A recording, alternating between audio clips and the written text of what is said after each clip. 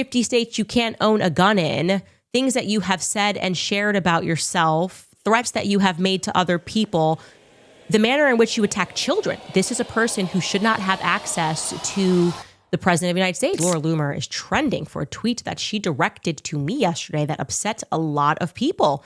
It upset them because it was just so shockingly dark and demonic. This is the tweet that I am referring to that's trending. It's directed to me after yesterday's episode. She said, "God hates you," at Real Candace O. It's why he gave Charlie to Erica and why you didn't even get to say goodbye to him. God hates you. Look in the mirror and internalize how much God hates you. We all hate you. Humanity hates you. And you are irredeemable. And this caused a reaction across the internet. I think like 6,000 people replied to that tweet alone in a ratio. And I think I was going, why are people surprised by this? And I realized they don't know who Laura Loomer is. And I think maybe these people don't take us literally when we say that Trump, that's one of his top advisors, is surrounded by people who are quite literally in need of an exorcism. I'm not saying that for dramatic effect. I am saying literally he is surrounding himself with people that are, I think, demonstrably demonic, right? Like that's what people were so like, that's just demonic. That's very straight. It doesn't hurt anybody's feelings. It makes me uncomfortable to be around you. That seems like you worship Baal. That's why you would say something like that. That's a very weird thing to say. And that's kind of what I'm trying to clue you guys into. That is why Laura Loomer has become significant, because we can look at her to understand the erraticism of Donald Trump, our president. He doesn't seem like the same person. He seems as though he has been possessed. That's his top advisor. According to her, multiple times a day, she speaks to him on the phone. One of the first phone calls he made after attacking Iran was to Laura Loomer.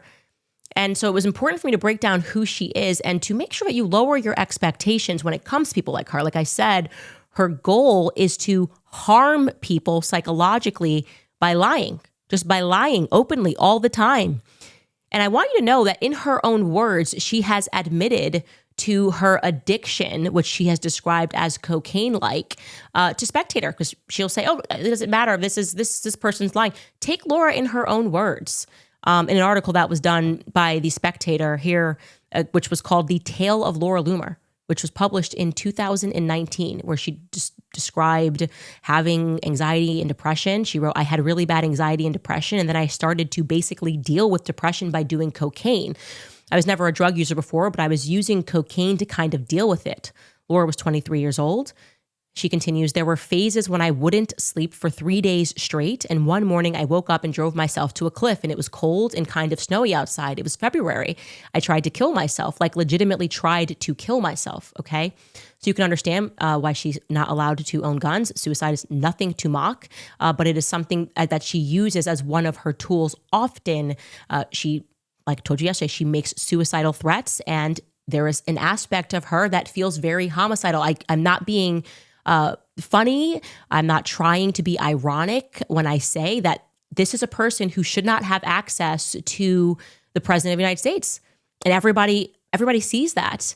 And the fact that people reflect and think, if something happened to Trump, like I told you, people in, as I understand it, Melania's inner circle have said this, that she would be the most likely person to harm Donald Trump. And what would be crazy in the retrospect is that the whole world would go, yeah, duh. Like if she harmed a person, everyone would look around and go, every single sign was there. 50 states you can't own a gun in, things that you have said and shared about yourself, threats that you have made to other people, the manner in which you attack children. Like she wants my children to suffer, as she said yesterday. She wants my children to suffer and live on the streets because she doesn't like that I'm against what Israel is doing. She's attacking my lawyers. She's attacking my in-laws. That is the kind of person who is dangerous to themselves and to others. And so how did she deal with her cocaine addiction? If you're wondering why it seems like she tweets every 5 minutes and like she's deep in the throes of a manic episode, well, she explains in this article, "I have nothing to lose now." And by the way, this is in the context of her having lost her Twitter access. This is, "I have nothing to lose now, so it's liberating," she says. "I became addicted to social media. I kind of lived off of the adrenaline. It's not a very healthy lifestyle to live because when you stop using cocaine, for example, you learn to cope with anxiety and depression in other ways. I pretty much substituted my lows for adrenaline rushes on Twitter. When I got banned, I was honestly having withdrawals. Okay. So it's a drug for her. Like Twitter is a drug for her. And that's why she tweets into the wee hours of the morning saying crazy things, spiraling in these manic episodes. And so I just want to make that clear to you. These are the people, when you look at what Donald Trump is saying, what he is doing, and why he just does not seem like he is steady right now, like he does not seem like there is a sane voice. He went from having the advice of people like Charlie Kirk and radically flipped that to people like Laura Loomer and Paula White Cain. Okay, this is a real clip of Laura Loomer when she did Alex Jones a few years ago. Take a listen. But what are they doing? I want to know what people are actually going to do. My life is ruined. Does anybody understand how ruined my life is? I'm sick of it. I don't want to listen to people tell me that I'm a conspiracy theorist. They don't know what it's like to be me. My life is ruined, Alex. So forget Laura Loomer. The question you should be asking yourself is Donald Trump mentally fit to be president? If he makes a conscious decision to tweet out that Tucker Carlson and Megyn Kelly and Candace Owens are mentally ill, while he invites into his inner circle advice about what he should do to Iran, a person like Laura Loomer, who, like I said, when we're calling her crazy and we're talking, this is a clinical diagnosis. It's not an opinion. It's not funny. We're not using the word loosely. This is a clinical diagnosis. I personally think that Trump needs an intervention. I don't think the back forth, when I see the erraticism of the way he tweets, it's almost as if he's given access to his truth socials to people like her.